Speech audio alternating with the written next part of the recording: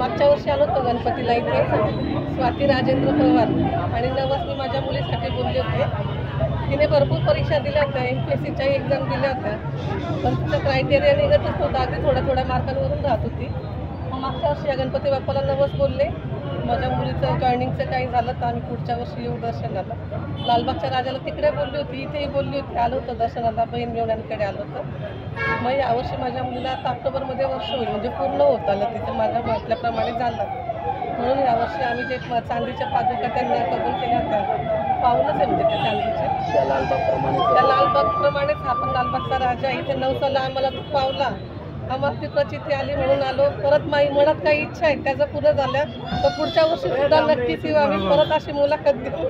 फक्त आता पुढच्या अपेक्षा बाप्पाने पूर्ण कराव्या एवढी अपेक्षा आहे। 750 ते 800 ग्रामच्या पादुका आम्ही केलेल्या आहे, पण आम्हाला काही माहीत नव्हतं। आम्ही सगळं गुड्डू भावना सांगितलं तसं माप वजन आम्हाला काही माहीत नव्हतं। म्हटलं जे काय होईल आम्ही तुम्हाला ते देऊन टाकू, तुम्ही सर्व करून ठेवा, आम्ही आलो की दर्शन एवढंच सांगायचं।